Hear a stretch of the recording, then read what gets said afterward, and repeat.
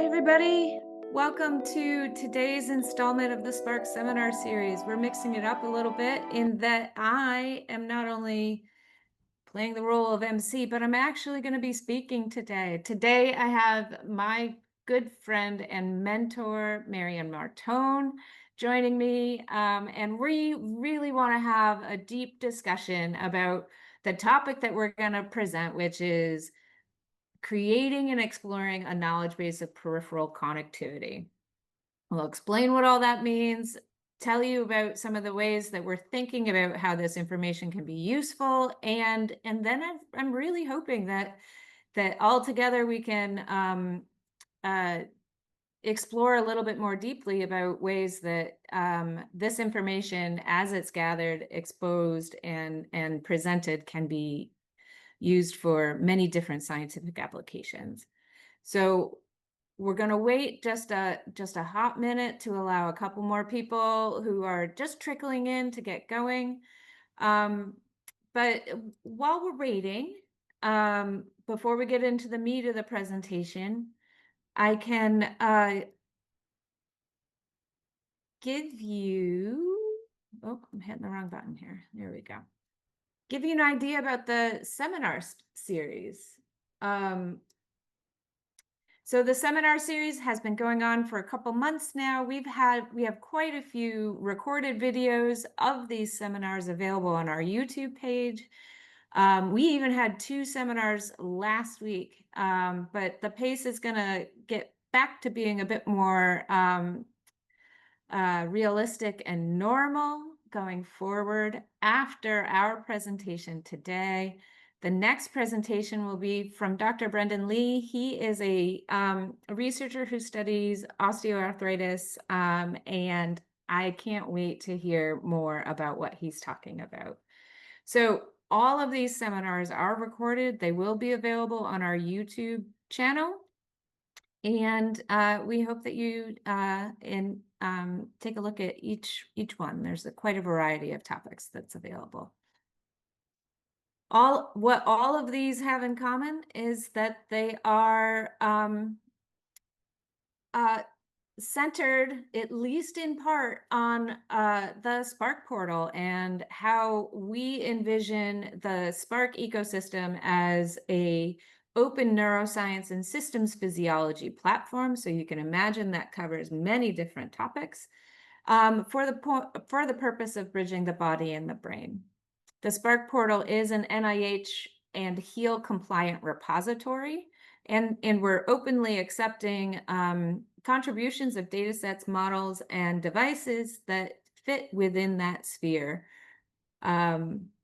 A quick note about something we're quite excited about that has an impact for you is that the Spark portal is supported now by AWS. The Amazon Web Services were part of their data and open data sponsorship program, which is very relevant for all of us who are interested in fair data, because that allows all data that is publicly available on Spark. And by data, I mean everything from experimental wet lab data to computational simulations to anatomical maps and scaffolds, to be accessible to you for download and storage completely free. So this is a very big step for us for open science and for making things truly accessible.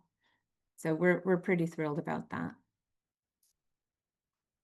So what is Spark? Spark is, it connects the body and the brain with open resources that support research into systems physiology and the neural control in the periphery.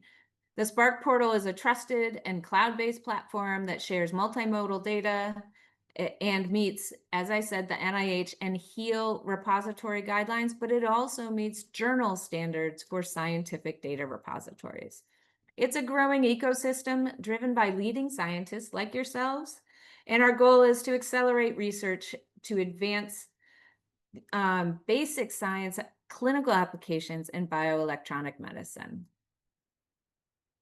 Oh, whoops.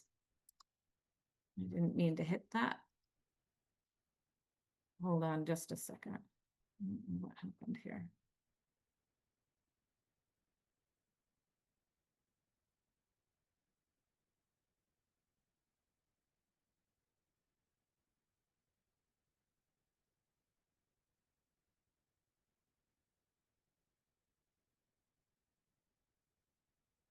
With over 350 data sets, models, and simulations from multiple organs, species, and research groups, Spark ensures interoperability across diverse contributions. Today, we're going to be focusing specifically on the Spark apps area of the Spark portal, and I'm going to be talking to you about the knowledge base of neural connectivity and how that intercalates throughout the portal to help surface all of the great information that is present on the portal itself.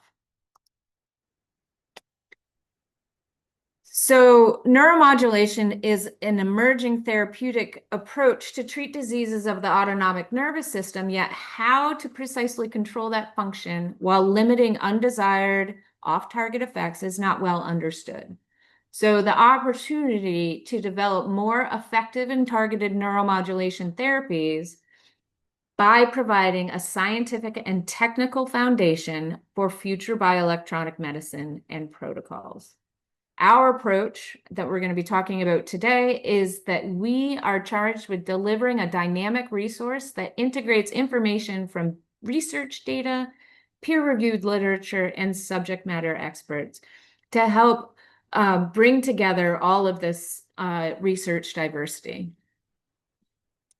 So how that all works is that the Spark knowledge graph right here in the center helps to inform what is presented on the portal through its exposure of the utilizing metadata to help display and present information. That information, some of that information is actually contributed by the experimental data on the Spark portal itself, as well as through the SCKAN knowledge base.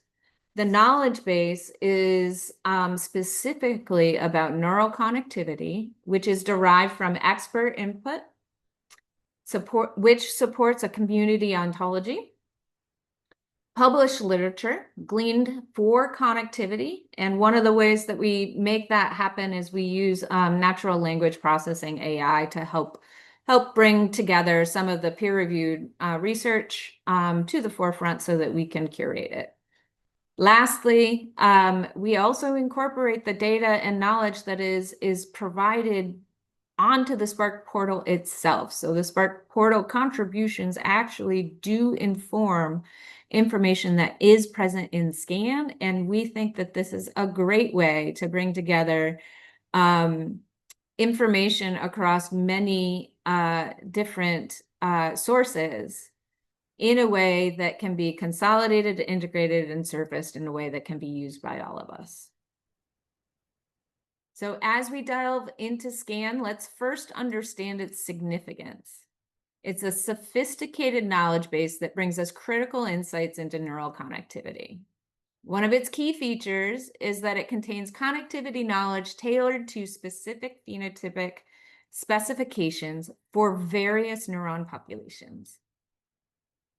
This specificity is crucial because it allows researchers to look at connectivity through a lens that is both detailed and structured, which leads to more accurate interpretations. Moreover, the information in SCKAN is represented in a formal language that is machine readable, which enhances its utility in computational analysis. So it gets incorporated and made accessible in that knowledge graph, which can then drive how the anatomical maps that are present on the Spark portal are drawn. So all of these beautiful lines here that you see crisscrossing between the central nervous system and the body in this particular map of the human male indicate connections that are contained within SCKAN. If you want to learn a little bit more about how all of the formulations were pulled together in order to create SCKAN in the first place, this DOI will take you to our a recent publication on the topic. Maryann, is there anything else you wanted to add about like how SCKAN was conceptualized and integrated? No, I think you did a good job. Again, I want to iterate the point that the SCAN maps that you see, this Atlas of Connectivity, that is actually generated automatically by our colleagues at the Auckland Bioinformatics Institute. So that means that this entire map here is interactive and queryable, and that's what Sue is going to talk about in the following slides. Thanks, Maryann. So first I want to give a little insight into how we actually get knowledge into SCAN. So if we think about the connectivity knowledge base, I'm going to hit on these four areas. So how we create and augment information that's going to serve the knowledge that's in SCAN. And then once that knowledge is present, how are they surfaced? So we're going to talk about heat maps, anatomical maps, and then how you can actually query and question what's going on. We need all of these because the intrinsic complexity of SCAN poses practical challenges for non-technical domain experts and end users. It's just not possible to have a single traditional interface to generate answers in a desired and intuitive format suggested by questions, and therefore lists, tables, visual diagrams, and textual answers that summarize information we feel are all very complementary tools that can be used to further explore what's in SCAN. So first, how does the knowledge get into SCAN in the first place? So we have to start the initial population of SCAN, a full-length open access subset of PMC, which represented 4 million papers as of November 2020. This is when this particular portion of the SCAN development began. It's a substantial corpus of information, combined with just about 32 million abstracts from PubMed and direct full-length articles from Elsevier were included in this initial corpus that was fed to our NLP pipeline. The pipeline the NLP was trained to recognize sentences that contain two or more peripheral anatomical structures related through connectivity. So it's going to pull out sentences where it says this anatomical region is connected to this anatomical region via some particular fact. The pipeline after this initial bolus is run monthly to capture new publications that are coming to the fore. And Bozark, Jeff, and Troy have been instrumental in setting up these pipelines and helping to get all of the information that is gleaned from the NLP pipeline into a tool set for humans to be able to curate, distill, and engineer that information.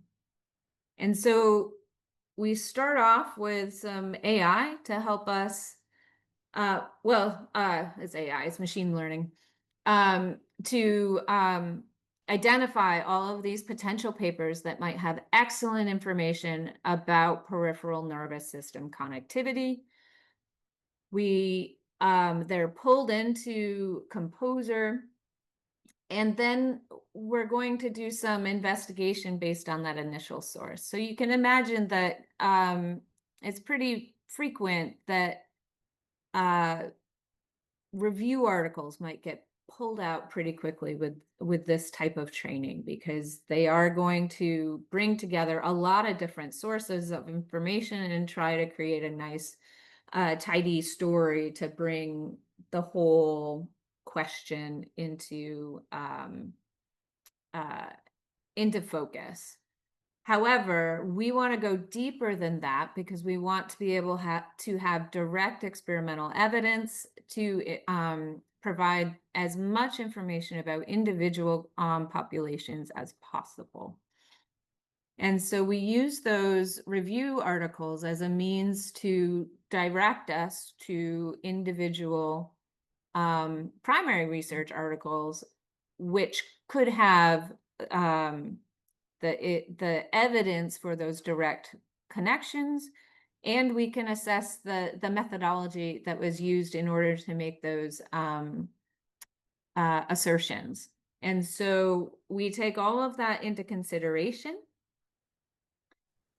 And then as we find something that meets that criteria of having some information about neuron populations that are present in particular regions and then say terminate in another region, we then need to encode that information.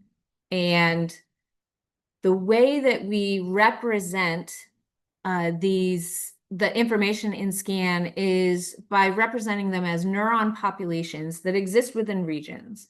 And so what we're going to do is we're going to encode the regional location of the subparts of a neuron so that we can actually determine not only the start and the end of where these populations begin, but also how they got there. So we're not just starting with we're going to follow the tributary all the way to the outlet, to the ocean, so to speak. As you know, neurons are the largest cells in the body, and so those axons can really travel great distances and go through many different anatomical regions on their way to where they are actually having an impact as either their afferent or their terminal location. And just one other point of reference is that, or one other point of fact is that these neuronal populations are theoretical populations. They do not represent a single neuron, but rather groups of neurons. And therefore, groups of neurons can have somas in more than one region of interest. And so you could have anatomical areas where there are groups of somas in, say, the 7th thoracic segment, dorsal root ganglion, as well as the 8th thoracic DRG. And then you could follow how they are, how those axons go to their terminus, so to their target, utilizing this strategy. We refer to this when we speak about this representation as an A to B via C representation. So neuron populations with somas in region A project to region C via one or more Cs. That's not the only information that we can encode, however.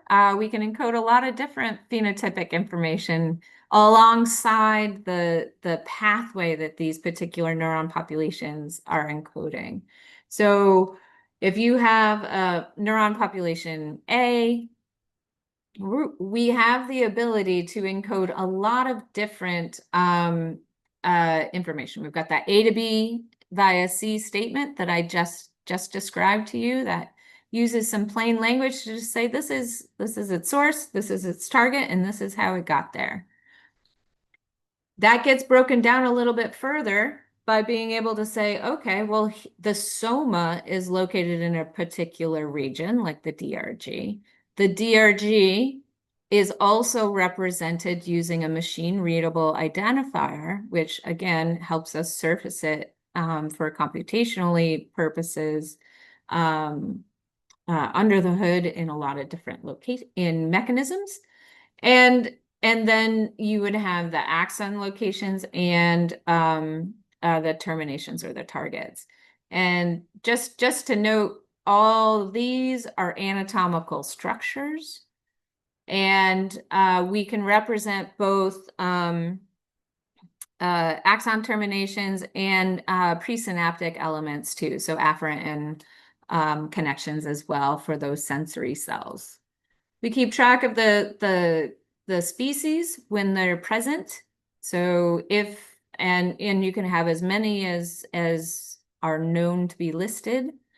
If it's not listed, it does not mean it doesn't exist in that population. It actually means that we don't have direct evidence at this time to say that this particular population also exists in rat, for example. We can encode biological sex, as well as a whole number of other phenotypes, including what type of connection it actually is and whether or not there are any laterality differences. If we are able to make an assertion to say that this neuron population A connects to neuron population B via a synapse, we can actually indicate that as a forward connection. Oh, and I have a typo here. But all of this is predicated on the fact that this is all coming from a source that we can cite. So we include provenance as part of every record that is encoded in SCAN.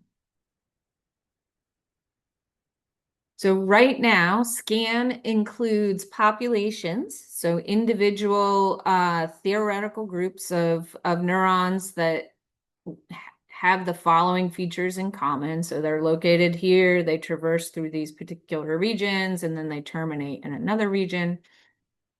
As well as from the perspective of their functional role as a neuron, we categorize them on sympathetic, parasympathetic, sensory, and motor, for example.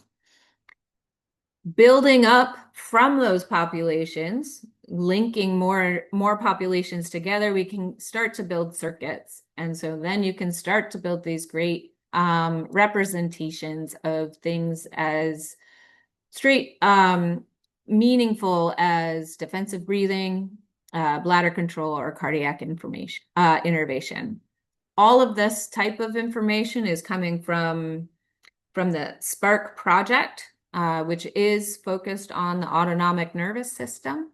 And I'll tell you a little bit more a little bit later on some of the other areas where we think SCAN is just poised to expand the relevant scope into some new areas.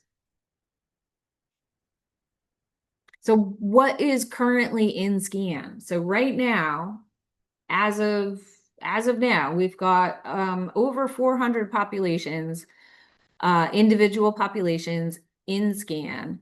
And they traverse everything from the ANS populations that I was just talking about for SPARC, but we also include sensory and motor populations. We have male and female reproductive connections as well as cranial nerves and some other expanding areas to within the PNS that is exposed through that NLP pipeline. So as new papers come in and we can make these direct statements, we add them to the database.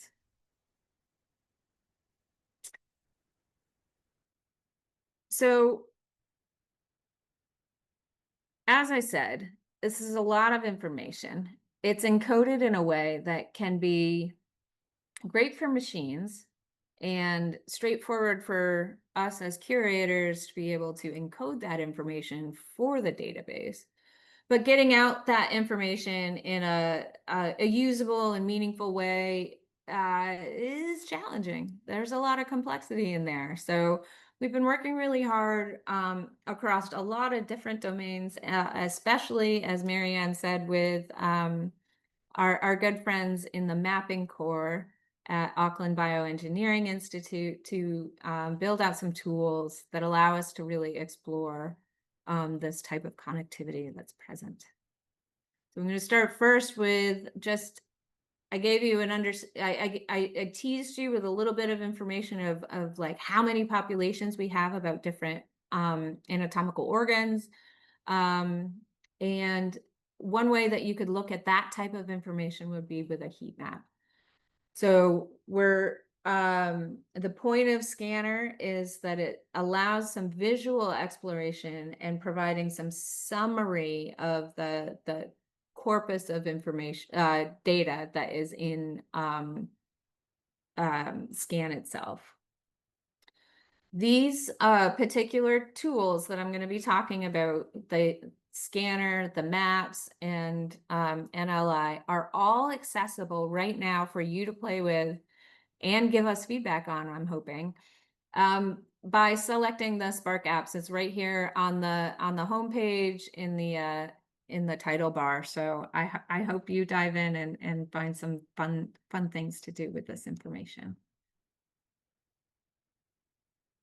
So if you look at Scanner, this is Scanner, and I gave it I just used the drop downs on the left here to explore a little bit about what's in SCAN. And so I said, well, I'd like to know how much information you have about the kidney, and I'd like to know a little bit more about what you do know about the kidney, speaking about SCAN.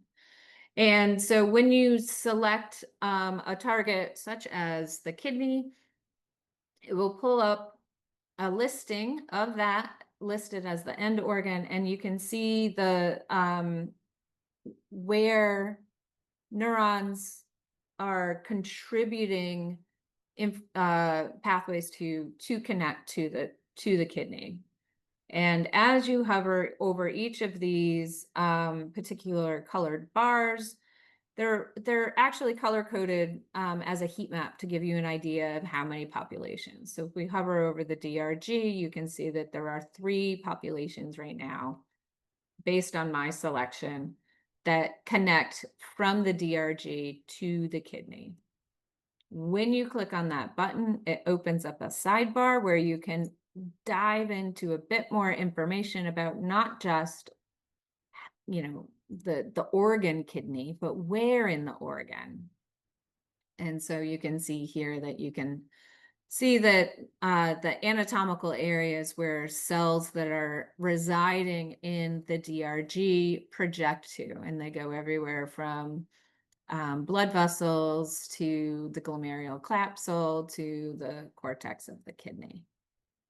As you select any one of these individual boxes, you'd be able to explore those individual neuron populations in a bit more detail, including identifying and viewing the provenance for how this information was represented.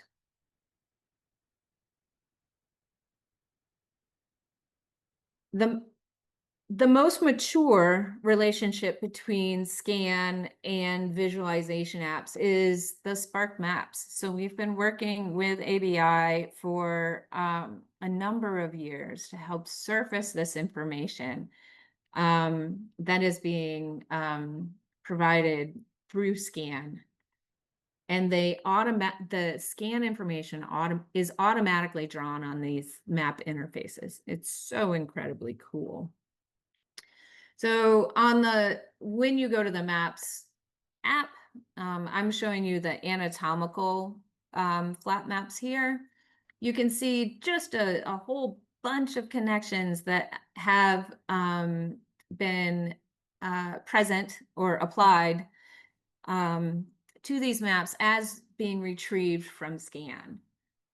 If you see these little location numbers here along the side, that also gives you an indication of just how many populations are present in those particular areas. So that's another way to get a view of just how frequent or what the quantity of neuronal population information that we have. And one other thing I just wanted to point out is that you might notice that as you get into the spinal cord and the CNS, you can see that the density of those lines start to get really mashed together. And that has to do with just how complicated the cell populations as organized into columns contribute to these particular structures. So if we look at, so this is what you start with. You start with a particular map. It shows you everything. If you hover your mouse over various parts of the interface, you can select directly onto the interface an area that you're interested in. So in this case, I selected the kidneys. When you do that, you can also select individual populations. So I selected 2 populations and these 2 different screenshots just to give you an idea of the detailed information that is present within SCAN that is also surfaced on the maps page. And so we've got a right kidney and a left kidney. And actually you can see a laterality difference right here. So you can see here that the right kidney has cell bodies in the DRG from T6 to L1. But the left side goes a little, it's shifted just a little bit lower, T8 to L2.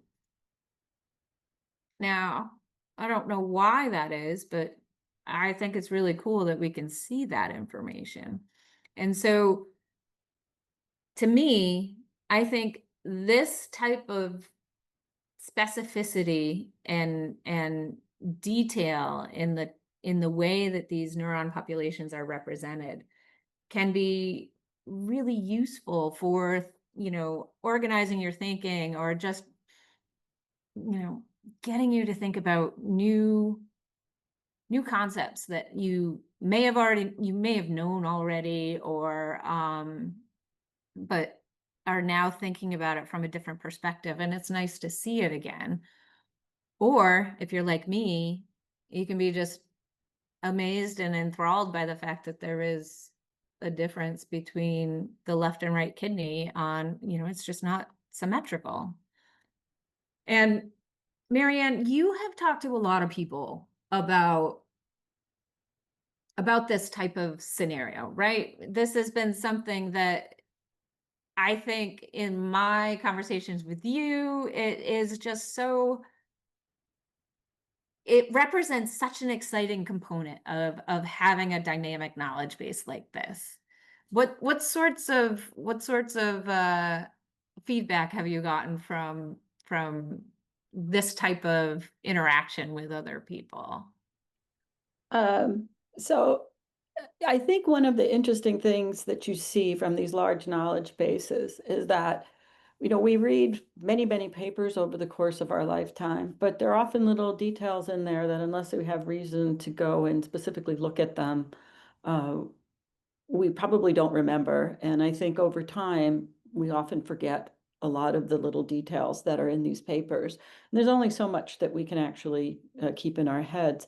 So we've had several interactions with people on the floor of conferences and others where they've been able to look at this and go, oh, either they knew it and forgot about it, and I think Sue's going to show some additional examples, or they never knew it. And yet it explained perhaps something that they had been observing. And I think that's the real power of these knowledge bases, is that they bring in information that you know, has been painfully extracted by our curators, Elias Bernard de Bono and others, to, you know, represent it. But once it's there, then and you can visualize it in different ways. And that's really, I think, one of the interesting things about it. It would be very hard, even with LLMs and other AI, to be able to get those little tiny details in a way that I think we've been able to capture here. So I think it's a really interesting knowledge base, just because even if you know connectivity very well, or if you don't know connectivity very well, it brings everything together into a single framework. Yeah, and I think something that I like about getting familiarized with, say, a domain that I'm, you know, I know well, is that once I've established myself and sort of get to know the information that's present here on SCAN so far and reflected in these different applications, now I can start to think about like expanding my view. What, are there laterality differences in innervation in the bladder, for example? Start to expand my area of thinking to someplace a little bit beyond my domain, but certainly relevant. And so I think it's always fun to just wander around these interfaces and see what's present. So one thing I unfortunately left out of my screenshot here is that what I'm providing here in these screenshots is you can see exactly the origin and the components. And then if you get a little bit further down, you'll see the targets, the destinations of where those neurons are actually terminating. But below that is the provenance for all of these publications. So you can just see something you like, click on it, and then you can be brought right to the primary literature for the support for these particular populations. This is really really helpful, because if you see something exciting and you're like, oh, that's neat, I want to know more about it, how do I get in there and start to expand my knowledge on this topic. The provenance, the citations that were used, the conversations with experts that were included in this development are all available and laid out for you to be able to access right away. So the heat maps and the maps are great for just overall discovery. You're just you're looking to see what's present. You have an idea of something that looks kind of interesting, and then it's more of a visual deep dive into things. But we also wanted to provide a mechanism for you to ask specific questions of the knowledge base. And so SCAN is a project that we're working on right now that utilizes an LLM powered conversational query to bridge that gap. And so SCAN NLI is an application, like, an AI agent that allows you to ask natural language questions. But it draws solely from our highly curated information in SCAN. So it's designed to answer the questions you ask only using only information from the SCAN knowledge base. So unlike general purpose tools like ChatGPT, SCAN-NLI is only going to draw its responses from our highly curated information in SCAN that we know is accurate, and you can go to the original sources directly to learn more about them. Each neuron population containing those connections has that detailed provenance and reference DOIs. And so those are exposed and provided to you so that you can do that deep dive as you'd like.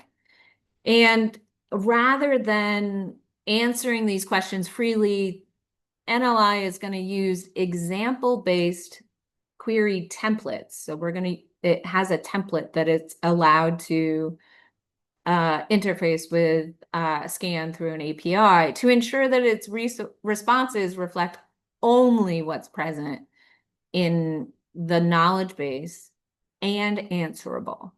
So if the initial interpretation of the query by the LLM doesn't match any of the known templates, so maybe you formulated your question using some syntax or framework that doesn't match a template that the NLI already has been provided, it will typically respond that the knowledge base doesn't have that information, which could be due to the way that you ask your question. So you might, we invite you to try out all the tools. And if you are using SCAN NLI, we've got tutorials and technical overviews, but we also have some simple tips here to pop into the back of your mind as you're thinking about these things.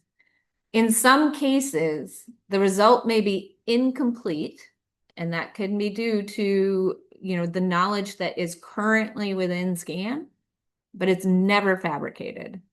And so if you come across a query that you ask that is missing information, we're going to invite you to tell us so that you can be a part of the community that creates this community resource called SCAN.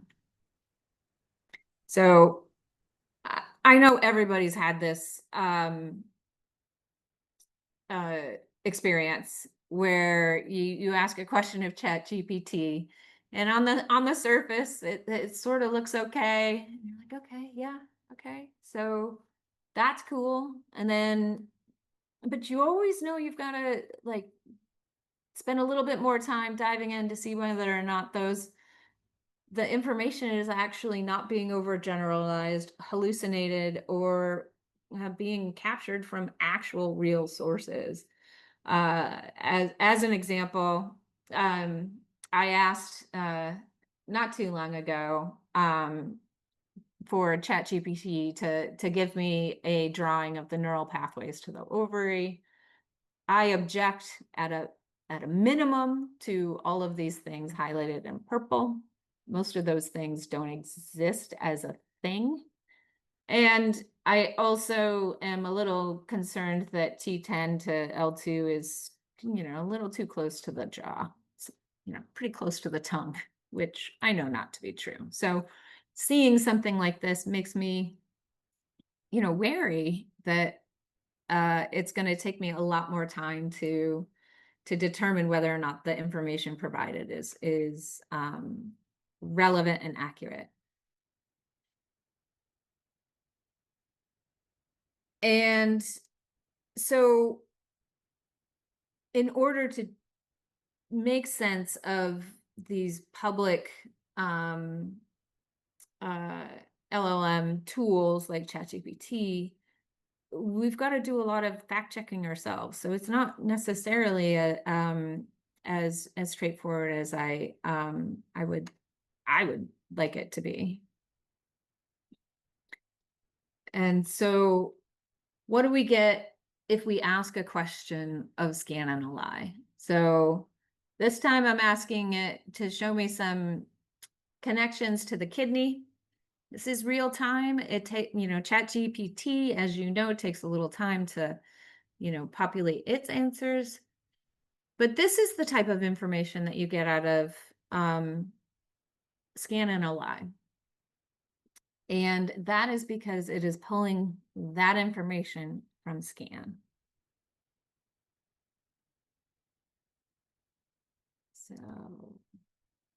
So to take it just put these things side by side. The question was, show me the connections to the kidney, and it provided the sympathetic and parasympathetic paths. And so you can just start and walk all the way down through here and see, the nerves that are involved, the where things terminate and where they originate also. So everything in green is where a soma is located. Anything that's green that has a line around it or a bar around it indicates that that's where a synapse is. So SCAN NLI is taking us not from a single population, but is utilizing that phenotype that we call a forward connection to say, oh, okay, well, I'm just going to keep building this pathway based on the fact that, this cell has a synapse in this region here, which onto a soma, which then participates through these particular anatomical regions to this target area. Maryann, is there anything more you wanna chime in about these tools that I've talked about so far? No, I think given the time, I want you to get through your other examples, and then I can answer Okay. that you have. Okay. All right. So, because the information that is in SCAN is able to distinguish between species if it is known, you can pull out differences between species by just formulating your question properly for SCAN and LI. And so you can see here, this one is about the ovary. And there is a species difference between rodents and humans in that this nerve, the superior ovarian nerve, is not known to exist in humans. And so um, you if there were this allows you to have more accurate information about the species differences and how the sympathetic pathway is um, uh, presented in humans versus rodents. So getting back to what is represented in SCAN currently. So right now we represent neuronal populations and, when known, populations that connect to other populations, we represent those as circuits.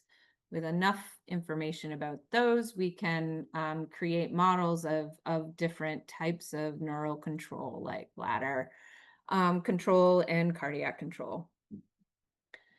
We're interested and actively working on including other aspects about this connectivity that reach out to the functional or state-dependent phenotypes, such as nociception and pregnancy. So just as two examples. And so the nociceptive functional state is highly relevant to the HEAL initiative, which is focused on pain. And the Precision Human Pain Network is contributing information about the molecular phenotypes of these of cells that are involved in um, uh, sensory responses. And so we're augmenting the information about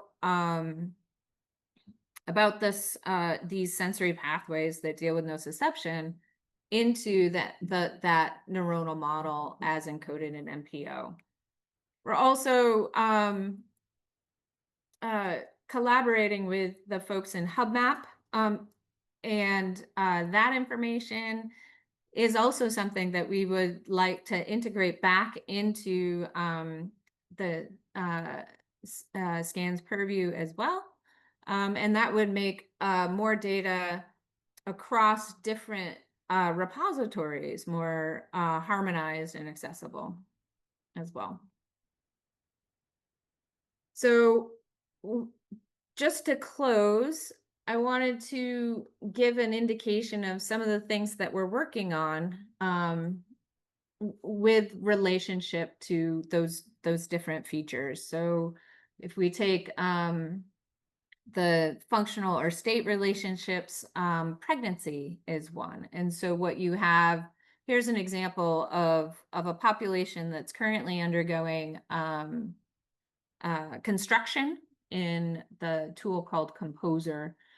And you can see the provenance for, how the cell was, or how the information was known to be true, or known to be reliable. And these are the A to B via C representations. So again, it goes from the pelvic ganglion to the smooth muscle of the cervix via the uterovaginal nerve plexus and the postganglionic sympathetic fiber. So that's the mechanics of how we add this information. But some of the new things that we're including, which is highly relevant to functional features or components related to state, in this case pregnancy, is that we can include relevant information gleaned from literature that has an impact on this particular population. So this particular population can undergo dynamic functional or anatomical changes during gestation. So during the state of pregnancy, this circuit has been shown to, this pathway has been shown to be modified. We provide this note. This note will be surfaced in all of the different applications that we demonstrated earlier to give you an idea of not just what the state of information is known for any given neuron in this population, but also we can start to augment it with all sorts of additional details related to how things change. So in summary, I hope I've been able to get you excited about SCKAN. It's a knowledge base. It may be the most exciting knowledge base I've ever had experience contributing to. Don't need to tell you that it's the only knowledge base that I've contributed to, but I will. It's dynamic, it's highly structured, and it's importantly highly curated. It will expand as scientific evidence emerges, and that could be new information to add to the information that's already present, or it could also be a modification of the population to correct something that we now know just doesn't work that way. We've added motor and sensory pathways, and we're incorporating knowledge directly from SPARC datasets now. We're working on further expanding our coverage of the PNS in general, and the tool sets that we have to expand the visibility of the contents of SCKAN are instrumental in our big goal, which is to make this a community resource. We would really like you to utilize these tools, share your expert knowledge, and help us make this knowledge base more complete and more useful because of the depth of information that it has. Each of the tools have feedback forms, or you can contact us directly. In closing, I want to give a big shout out to the SPARC Data and Resource Center. Just to give you a quick rundown, we're created into 4 different areas of expertise. I spoke today about the knowledge engineering, so the knowledge core, which is led by Maryann. Peter Hunter leads the Auckland Bioengineering Institute, and their team creates all of those beautiful maps that surfaces that SCKAN information. All of that information that is present within the SCKAN knowledge base is utilized on the data core itself, which has created the portal led by Dr. Joost Wagener at the University of Pennsylvania. And the data and information that's held on the SPARC portal can also be ported to a cloud computational platform called OSPARC, created in our simulation core under the expert leadership of Ezra Neufeld.